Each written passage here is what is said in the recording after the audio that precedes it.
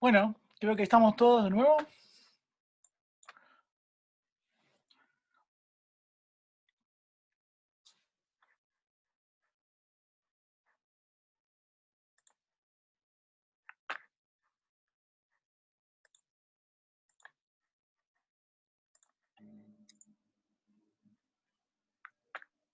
Hola, profe, Sí, te escucho. yo que llegué tarde, justo estaban hablando, creo que había preguntado Camila, sobre la última pregunta del TP, Sí, en la última, ¿cuál, cuál opción seleccionar si la oxidación del carbono fijado es la fuente de energía del ATP?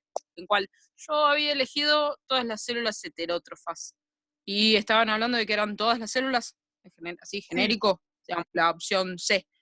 sí. Sí, tuvimos un breve intercambio acá con los compañeros, con buenos aportes. Había una posibilidad de que fueran solo las heterótrofas, pero lo que planteábamos era qué pasa entonces con las células vegetales, que no son heterótrofas y que también necesitan ATP, energía para hacer su metabolismo. Entonces, ¿de dónde obtienen las células vegetales autótrofas la energía, el ATP para hacer su metabolismo? También van a oxidar el carbono fijado en el ciclo de Calvin, digamos. Entonces, esto explica de alguna forma que la planta produce su glucosa mediante la fotosíntesis para su propio funcionamiento, para obtener su ATP, para respirar la glucosa que ella misma produce, y Ujú. al mismo tiempo también produce glucosa para que sea oxidada, respirada y obtengan energía los organismos heterótrofos que vienen después, que consumen de esa planta. Claro, sí. Y, claro, o sea, todas las células tienen metabolismo, todas las células necesitan energía para sostener ese metabolismo. Entonces, Por sí solo las heterótrofas o todas, digamos. todas. Ahí. ¿Queda Bueno, claro? bárbaro. Bien. Sí, aunque sea por producción propia, a la larga es la misma fuente, sí. Exacto, exacto. O sea, de manera directa o indirecta, ese carbono fue fijado del dióxido de carbono por las plantas y luego va a ser consumido por las mismas plantas y por los heterótrofos después, o sea, los que consuman de esas plantas, digamos. Pero, ok. Gracias. De nada. A ver, no sé realmente qué le pasa al video. Más temprano hice otra reunión y me parece que algo de configuración toqué y chao. No sé, no voy a perder mucho tiempo en esto, sino... Bueno, entonces me perdí, no me acuerdo. Si alguien me recuerda de qué estábamos hablando cuando se cortó. Habían preguntado algo de fotosíntesis, ¿no? Porque encima el chat se me blanqueó, digamos, o sea, no me quedó el historial de chat. Había gente que había aportado el chat y no llegamos a cubrir todo lo que decía.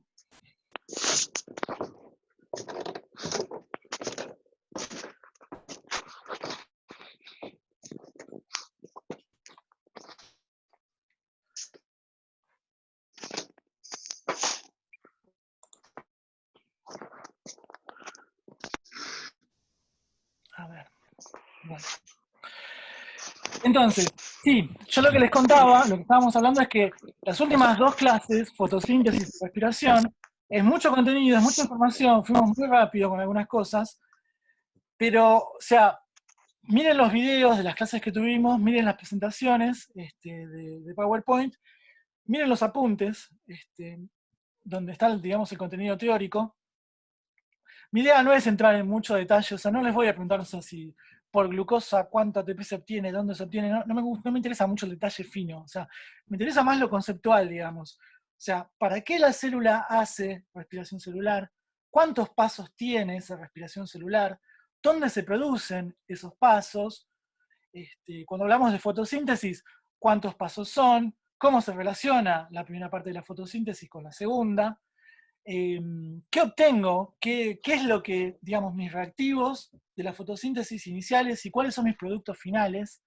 Eh, lo mismo con la respiración celular, de qué parto y a qué llego, quiénes hacen fotosíntesis, quiénes hacen respiración celular. O sea, un poquito de esto que venimos hablando también, que estén, o sea, la forma, digamos, de ver el nivel de profundidad que me interesa es en el TP4, digamos, con ese multiple choice.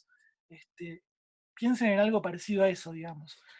no me interesa el dato memorizado de si entra, si el acetil-CoA se une al ácido cítrico, o si cuál es la enzima que cataliza las 10 reacciones. No, para nada, porque eso está en todos los libros. Y yo, de hecho, cada vez que tengo que preparar estas clases me olvido, tengo que volver a consultarlo. O sea, no es algo que uno memorice, porque eso lo memorizaste para un examen y el otro día te olvidaste. O sea, pero sí me interesa, digamos, lo conceptual.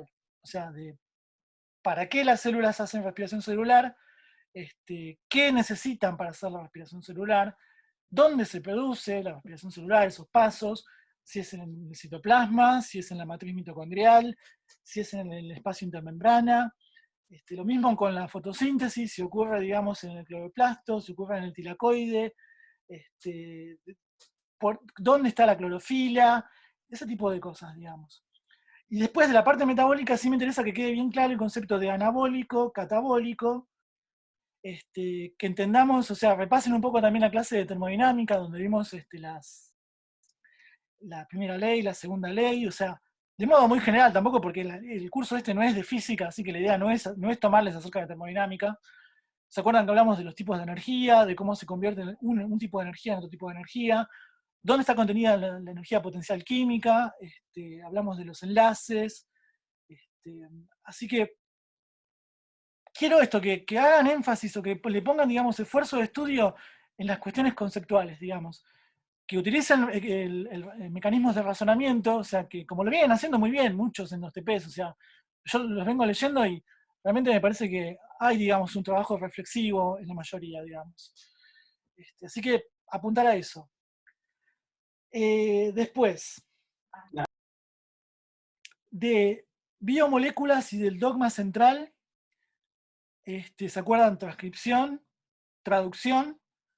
¿Se acuerdan que hicieron el TP2 y el TP3? Perdón, el TP3, donde ustedes aprendieron a hacer transcripciones desde genes hasta ARN mensajero, y después hicieron traducciones de ARN mensajero a proteína. Por supuesto, si yo les voy a pedir que me transcriban y que me traduzcan, les voy a dar un código genético. O sea, nadie se memoriza o se sabe de memoria el código genético. O sea, va a ser, digamos, el machete para que puedan traducir de ARN mensajero a proteína.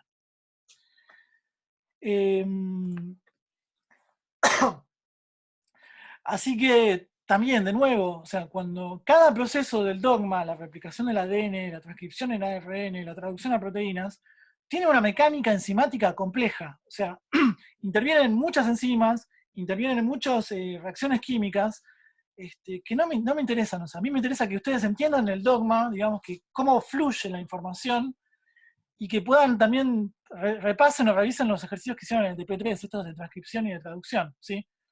Recordar esto de que en qué bases habla el ADN, adenina, timina, citosina, guanina, en qué bases habla el ARN, uracilo, guanina, timina, adenina, y después en los aminoácidos, o sea, no hay mucho que memorizar, o sea, y si ustedes tienen que traducir la proteína, obvio que les voy a dar un código genético. Así que del dogma central pasa un poco por ahí. Piensen en ejercicios similares a los que ya hicieron.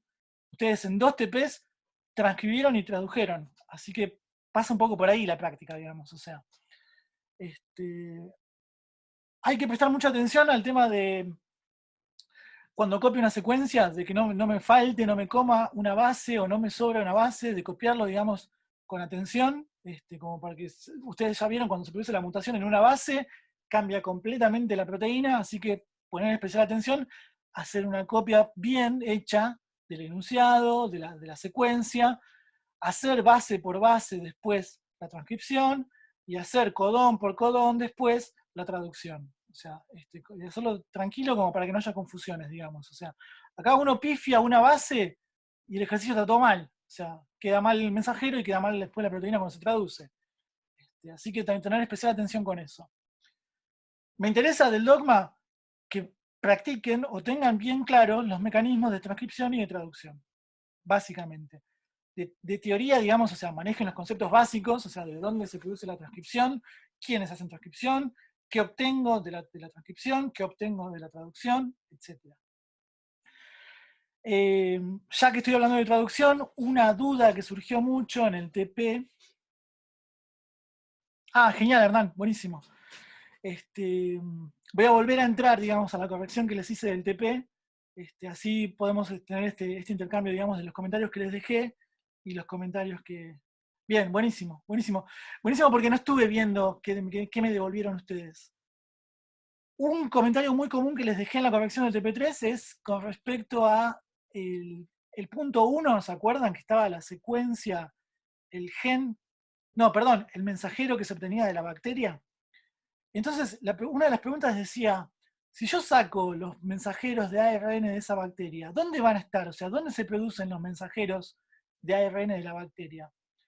Estamos en una bacteria, estamos en un procariota, no hay núcleo. ¿Sí? Citoplasma.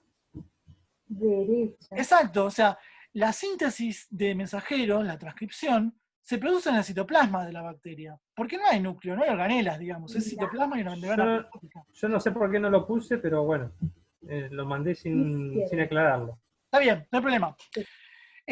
Pensemos en eso, digamos, o sea, la idea es, o sea, el razonamiento que a mí me interesa que ustedes hagan es, bien, estoy en una bacteria, la bacteria es procariota, si es procariota no tiene núcleo, si no tiene núcleo, el ADN está suelto en el citoplasma. ¿Dónde se va a producir la transcripción? En el citoplasma, porque no hay otro lugar donde se haga la transcripción, digamos. Mismo la traducción, también donde se va a hacer. Los mensajeros quedan en el citoplasma, la traducción a proteínas también se va a producir en el citoplasma, ¿sí? Otra otro comentario muy común que les dejé en la corrección del TP3 fue con respecto a la estructura primaria, secundaria, terciaria y cuaternaria de las proteínas. En este mismo ejercicio, en el 1, yo después les di una secuencia de un ARN mensajero de la bacteria y ustedes lo tenían que traducir a proteína. La gran mayoría, casi todos, tradujeron bien las proteínas. O sea, creo que el ejercicio de transcripción y de traducción está bastante claro, o sea, lo están haciendo bien, así que me quedo tranquilo con que va. Entonces, ahí Hernán dice que era cuaternaria. Ahora, hablemos un poquito acerca de cómo se relacionan estos niveles estructurales de las proteínas. Yo les comenté de entrada en la clase teórica, cuando hablamos de proteínas, que la secuencia de aminoácidos es la que determina la estructura primaria, ¿sí? Si uno habla de estructura primaria, ¿cuál es la estructura primaria de la proteína? Y básicamente es la secuencia de aminoácidos que se tradujeron de mensajeros que vinieron de genes en el genoma de esa célula. ¿Qué pasa? Se relaciona la estructura primaria con la secundaria, la terciaria y la cuaternaria. ¿Por qué? Porque el gen me determina un mensajero, ese mensajero me determina una secuencia de aminoácidos. Y no es lo mismo que tenga metionina, por ejemplo, el start en la posición 1, que siga fenilalanina y que después tenga alanina y serina, porque metionina, alanina y serina, los aminoácidos que siguen, cada uno tiene una ramificación, un grupo radical, una característica que le da identidad a ese aminoácido, y hace, por ejemplo, que esa proteína tenga en la posición 1, el primer aminoácido, un anillo aromático, por ejemplo, una estructura química, ¿sí? Un compuesto químico. Ese anillo aromático que está en la posición 1, que es de la fenilalanina, se va a unir o va a formar un puente de hidrógeno, por ejemplo, o un puente de sulfuro, estoy poniendo ejemplos, con el aminoácido de la posición 20, que también forma puentes de hidrógeno con ese aminoácido 1. Entonces, el plegamiento posterior, la estructura secundaria, la forma que va a tener esa proteína, de alguna forma está determinada por la estructura primaria, ¿sí?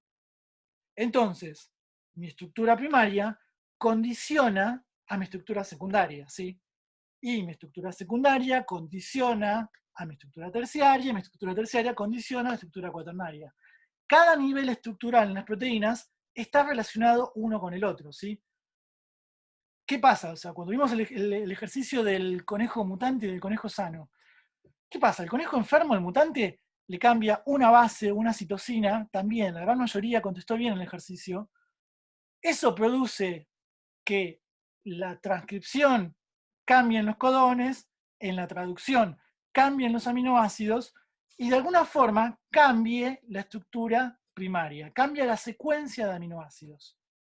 Eso hace, cuando cambia la estructura primaria, la secuencia, que esa proteína ya se pliegue de manera diferente, no se pliegue exactamente igual como la proteína del conejo sano, ¿sí? Y eso hace que esa proteína pierda funcionalidad, o sea, deje de cumplir su rol como proteína. ¿Sí? Profe, Sí, escucho, te veo la manito levantada, dale, habla.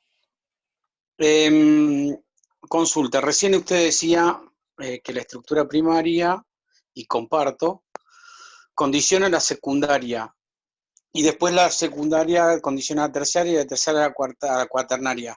Pero en realidad la única que condiciona, si lo vemos, digamos, profundo, es la primaria, porque es la que define las proteínas. Después, luego de eso, se van uniendo como naturalmente se unen. Sí, sí. O me equivoco. No, completamente de acuerdo, sí, sí, Ok. definitivamente sí. Sí, de hecho, lo vemos, y esto que está diciendo Rodrigo es clarísimo, cuando se produce una mutación, por ejemplo, en el ejercicio del TP3. Si se produce un cambio de base, se produce una mutación, cambia la estructura primaria, ¿sí? Y ya ese cambio en la estructura primaria me condiciona la estructura secundaria, me condiciona la terciaria y la cuaternaria, y me condiciona el funcionamiento de esa proteína, ¿sí? Entonces, en definitiva, si ponemos una jerarquía o digamos una importancia respecto a cuál es la estructura más importante, la estructura primaria es la que condiciona a todas las que siguen después, ¿sí? O sea, la secuencia de aminoácidos va a determinar cómo se pliega a nivel secundario esa proteína y cómo se pliega a nivel terciario y cuaternario, ¿sí? ¿Se entiende? El aporte del compañero está bueno, es clave, o sea, porque por ahí no se venía entendiendo, pero es cierto, o sea, la estructura primaria va de alguna forma a determinar la secundaria, y la secundaria guarda relación con la terciaria y la cuaternaria, ¿sí? ¿Se acuerdan de la estructura secundaria? Yo les hablé de dos tipos de conformaciones más importantes, alfa hélices o beta plegadas. Las alfa hélices es cuando las proteínas forman como una especie de resortes, de rulos, empiezan a girar como hélices sobre sí mismas, y eso forma una alfa hélice. Las beta plegadas se ordenan, se doblan y se vuelven a unir, y forman láminas, y eso es una beta plegada.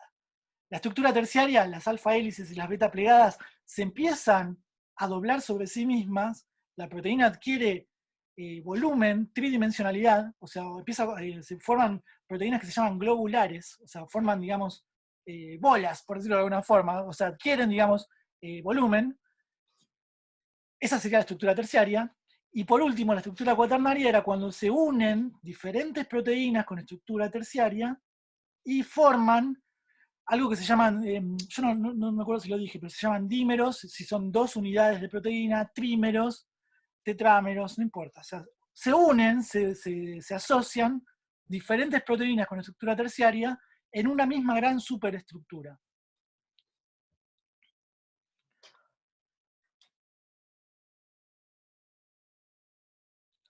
Sí, ahí, sí, eso es sí, generalmente el stop después se pierde, digamos, y no queda o sea, ahí es, o sea, el stop no codifica para ningún aminoácido, es stop. O sea, eso le indica, digamos, a todo el aparato traduccional, a los ribosomas, que listo, se cortó acá. O sea, dejo de traducir y dejo de pegar aminoácidos. O sea, así que el stop en realidad no tiene entidad química, no existe como aminoácido, es una señal de corte, ¿sí?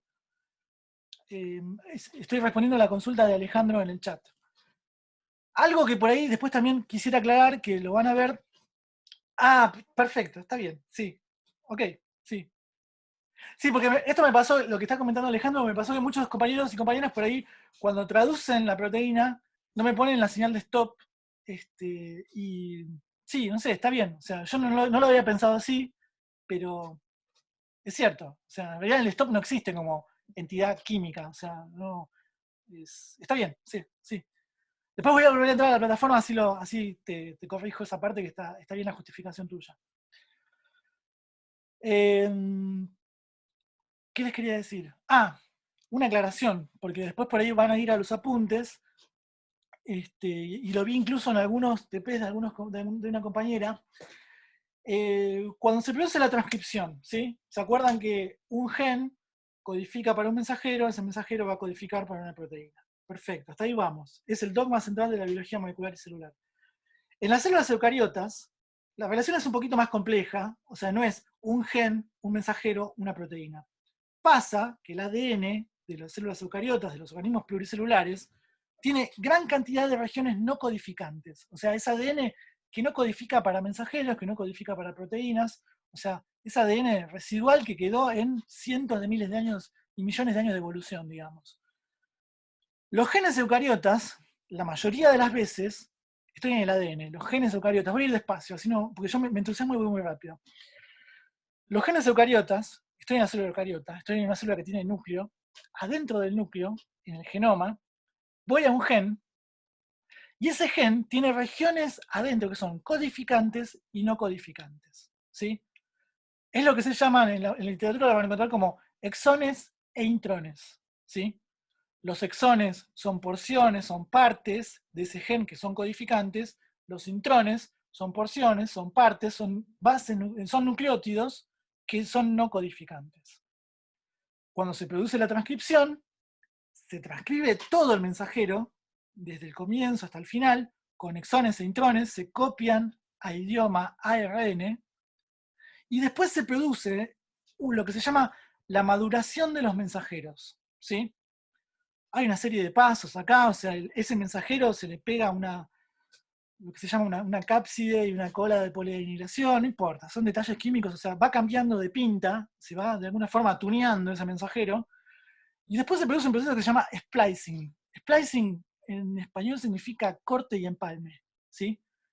¿Qué pasa? Vienen un montón de proteínas, cortan los exones y los intrones que se transcribieron, eliminan los intrones que son no codificantes, vienen del ARN basura, no codificante, y unen los exones. Esto que te estoy explicando, o sea, yo me estoy imaginando en la cabeza, es muy difícil explicarlo porque es mucha abstracción, hay que ver un video de esto. Yo se lo estoy contando porque se lo van a encontrar en los apuntes, o cuando lean van a ver que hay exones, que hay intrones, que hay splicing, y me van a decir, ¿y esto de dónde sacó esto? ¿De dónde salió esto? Que el profe no lo dijo. O sea, se los estoy diciendo ahora, no me interesa, yo no les voy a tomar una maduración de mensajeros porque no lo expliqué, me pareció que era sumarle complejidad a la transcripción.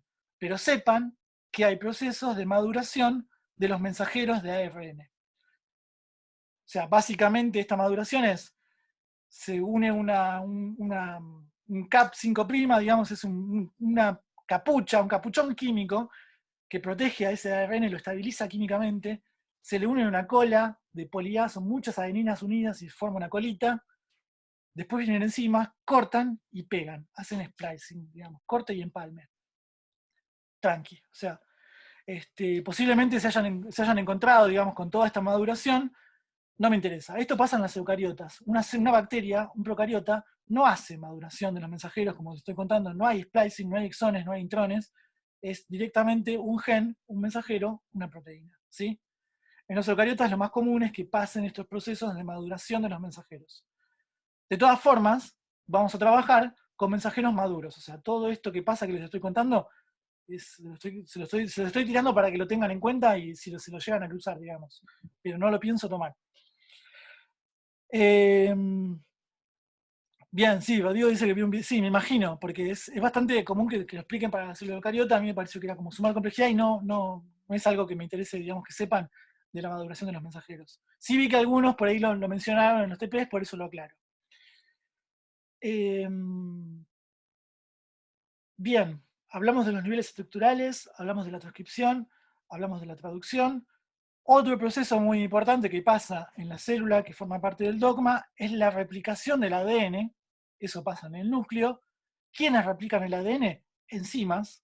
Estas enzimas son las ADN polimerasas, no me importa el nombre, pero es una enzima que está en el núcleo de la célula y lo que hace es copiar la doble hélice de ADN. Copia los genes, copia el genoma. Esto es un proceso muy importante previo a la división celular, ¿sí? ¿Se acuerdan cuando hablamos de mitosis? Yo les dije que una célula madre se divide en dos células hijas que tienen cada una exactamente la misma copia de ADN. ¿Y cómo hizo esa copia? Mediante la replicación del ADN, ¿sí? Esto también es un paso del dogma central.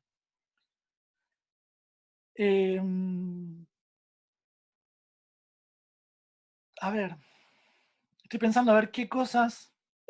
Consulta de biomoléculas. ¿Va a tomar así como separado, por ejemplo, preguntando cosas, o lo tenemos que saber más como aplicado a algo? Por ejemplo, no sé, glucosa, que vamos a hablar seguramente cuando pregunte de fotosíntesis, o o de No, glucólisis, esas cosas así, o va a preguntar específicamente, por ejemplo, no sé, la función de carbohidrato, qué sé yo, así muy específico. No me interesa que estudien la parte teórica de las biomoléculas, digamos. Me interesa que entiendan y comprendan las biomoléculas para todo lo que vino después, ¿no? Porque justamente, digamos, la teórica, la clase de biomoléculas era para darle las herramientas para que ustedes después pudieran entender cuando hablamos de proteínas, cuando hablamos de ARN, de ADN, de glucosa. O sea, no me interesa, digamos, la cuestión teórica de cada uno de los tipos de biomoléculas. O sea, no voy a tomar teoría de biomoléculas. Pero sí, por supuesto, tienen que saber cuál es la Sí, no, más como aplicado en los temas que vimos. Exacto. Pero no específicamente cada biomolécula ponernos a ver en profundidad cada uno. No, sí les recomiendo que manejen medianamente, o sea, qué pinta tiene, digamos, un hidrato de carbono, cómo sería un lípido, cómo sería, digamos, un ácido nucleico, Sí. Para que después se entiendan mejor todos los procesos que siguen después, ¿no? Cuando hablamos de metabolismo, cuando hablamos de fotosíntesis y de respiración. Pero Sí. preguntas teóricas de biomoléculas no les voy a tomar. Listo. Bueno, aclarado esto de biomoléculas, será esa, digamos, la aclaración, o sea, péguenle una repasada a la clase que vimos de biomoléculas, miren el apunte tiene, creo que son 6-7 páginas nomás, porque viene, digamos, bien para poder después manejar los temas que siguen. Composiciones químicas, no, o sea, eso de que las proteínas son de carbono, hidrógeno, oxígeno, nitrógeno, fósforo, los hidratos de carbono, hidrógeno, oxígeno, no. O sea, no. Ahí la compañera Ornella pregunta si me interesa que sepan, o les voy a tomar de las composiciones químicas. No. O sea, no, eso es contenido teórico de biomoléculas, o sea, no va a ser pregunta, no.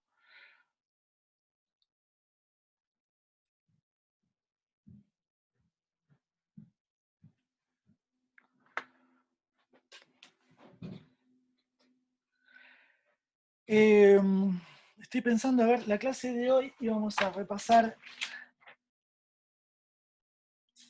Creo que básicamente ya más o menos hablamos todo lo que teníamos intenciones de repasar. ¿Se acuerdan de la clase de la célula? También, o sea, después con el nivel de avance que tuvimos, la clase de la célula quedó como el ABC, digamos, como básica. Me interesa esto, que tengamos bien presente cómo es una célula procariota, cómo es una célula eucariota, dentro de las eucariotas, cómo es una célula vegetal, cómo es una célula animal, qué cosas tienen en común, qué cosas tienen diferentes, así, generalidades. Mitosis y meiosis, ¿qué células hacen mitosis? ¿Qué células hacen meiosis? ¿Qué pasa con el número de cromosomas, con la ploidía? Estos se acuerdan de diploide y haploide, en cada uno de los procesos de división celular, para mitosis y para meiosis.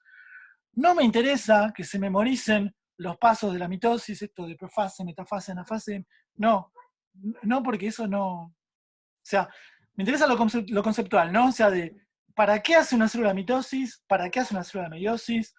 ¿De dónde parto y a qué llego?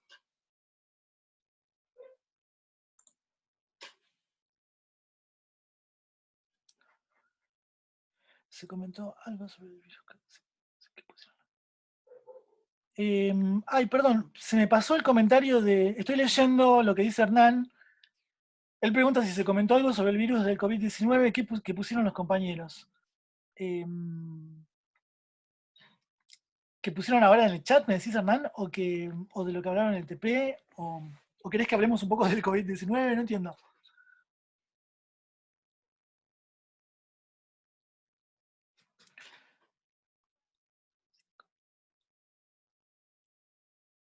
Ah, ok, sí. Ahí, Julieta, leí lo del punto 5B, ahora lo charlamos. 5B del TP4, me imagino.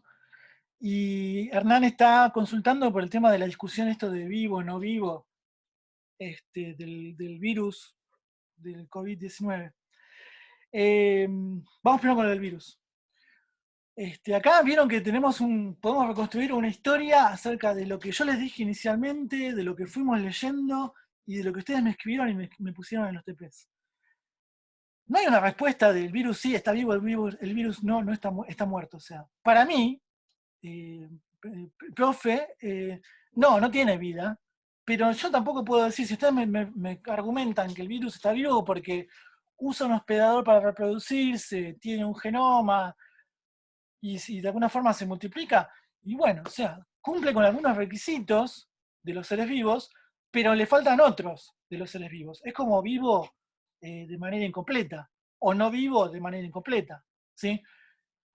Viendo los videos y leyendo el material que les di, y viendo muchas de las respuestas que ustedes generaron que estuvieron buenas, o sea, podemos poner al virus en un gris, en una interfaz entre lo vivo y lo no vivo. O sea, uno siempre trata de sistematizar, ¿no? Todo en la biología o en la ciencia es como, esto es A, esto es B, esto es 1, esto es 0, esto es vivo, esto es muerto o inerte. Con el virus tenemos una mitad de camino, un gris. Como pasa con un montón de ejemplos, o el mutante también. Pasa con un montón de ejemplos, digamos, en la biología. Entonces, como todo, digamos, como toda disciplina científica, si yo les pregunto si el virus tiene vida, y ustedes me dicen que sí, les tienen que decir sí porque esto, esto y esto, o no porque esto, esto y esto, ¿sí? O sea, la respuesta cerrada sí o no es como, no nos lleva a ningún lado, digamos, o sea, tratemos siempre de buscar la argumentación, por supuesto.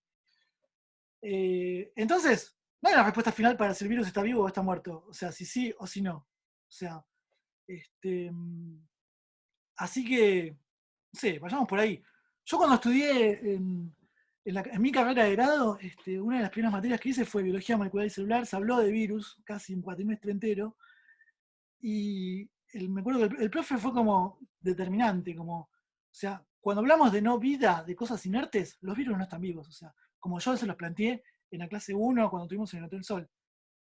Después con el tiempo me fui dando cuenta que bueno, que tampoco es tan, la biología no es tan, así como les decía, blanco, negro, sí, no, 1 o 0. O sea, hay interfaces, hay intermedios, hay formas de argumentar para una postura o para la otra, y eso es algo que es interesante, digamos, a la disciplina. Así que, o sea, siempre y cuando ustedes lo argumenten, no hay una respuesta incorrecta o correcta para esto del virus. Bien, sí, a lo mejor hay que replantearse, digamos, cuál es la definición de vivo o no vivo. O sea, siempre se están avanzando con estas cosas. Así que hay también, o sea, varias definiciones de lo vivo y de lo no vivo. O sea, así que.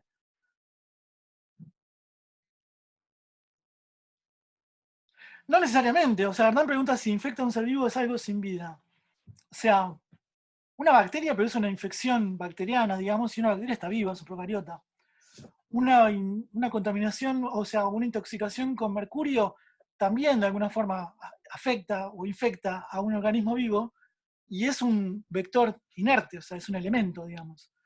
Entonces, como que no sé si el criterio para si perjudica o infecta o produce algún tipo de perjuicio es criterio para definir lo que está vivo y lo que no está vivo. Para mí es definitivo. Acá hay algo clave que está diciendo un compañero. No tiene metabolismo, que genera muchas dudas. Pero yo estoy de acuerdo con Darío. Una de las condiciones para definir a los seres vivos, dijimos, era poseer un metabolismo. Después, cuando hablamos de termodinámica, hablamos de sistemas abiertos y hablamos de un intercambio de materia y energía con el medio. Un virus, el COVID-19, prácticamente no tiene metabolismo. O sea, no tiene dentro de, digamos, o sea, no está haciendo respiración celular, tampoco es fotosintético, no está haciendo fotosíntesis, no está obteniendo ATP por sus propios medios. O sea, básicamente no hay una estructura metabólica, y si no hay metabolismo, para mí tampoco cumple con un requisito esencial de los seres vivos.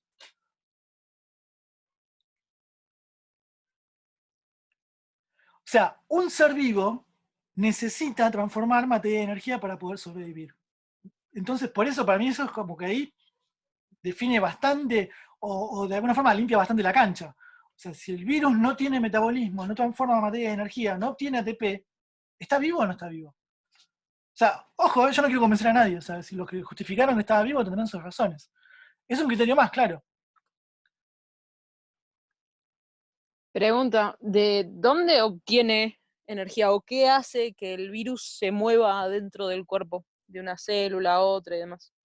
Bien, básicamente no se mueve, o sea, no tiene, digamos, mecanismos activos propios, como si tiene una bacteria, o tiene una célula ciliada, o tiene un espermatozoide, no tiene mecanismos de locomoción, digamos. Por eso no requiere, No, tal cual, simplemente se pero dispersa, se dispersa, se dispersa. ¿no? O sea, Básicamente, uno- si hay una traslación debería haber un gasto de energía. totalmente, totalmente. Sí, una célula que necesita desplazarse necesita convertir energía química en energía cinética, en cinética de movimiento, de desplazamiento. Por ejemplo, Claro, y llevado a los virus. un virus no tiene estructuras de desplazamiento, de locomoción, no tiene flagelos, no tiene fimbrias, no tiene cilias, no tiene, digamos, ninguna forma de movilizarse en el medio. Entonces, igual no requiere energía tampoco. O sea, si tuviera, digamos, algún tipo de mecanismo de locomoción, necesitaría metabolizar. O sea, no tiene, así que no metaboliza.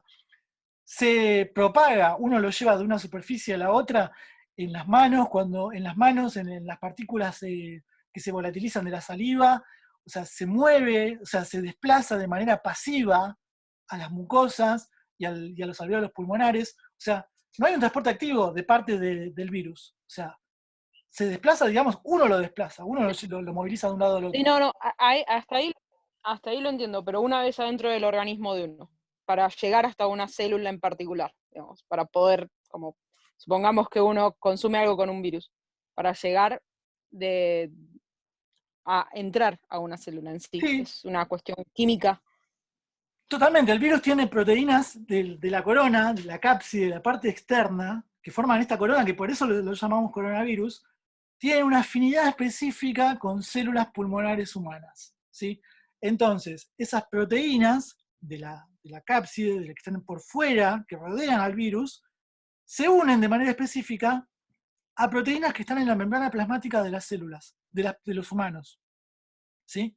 Entonces, el virus va a ser una especie de dock, o sea, de unión por afinidad entre la proteína de la corona y la proteína receptora de las células humanas. Entra por vías Y ven, respiratorias. Si uno se come el virus va al sistema digestivo y no contagia a las personas, digamos. El problema es si ingresa por vías nasales, vías bucales, todo lo que tiene relación con el sistema respiratorio, o incluso por los ojos, porque los ojos también se conectan con el sistema respiratorio también.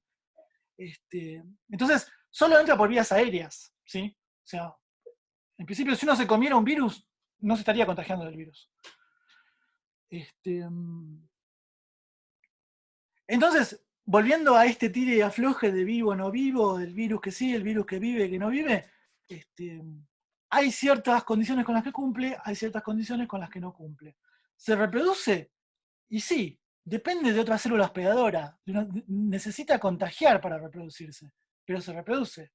Hay organismos parásitos que también necesitan de un huésped o de un vector para poder reproducirse. O sea, no es esto exclusivo del virus, ¿sí? O sea, hay, digamos, gusanos,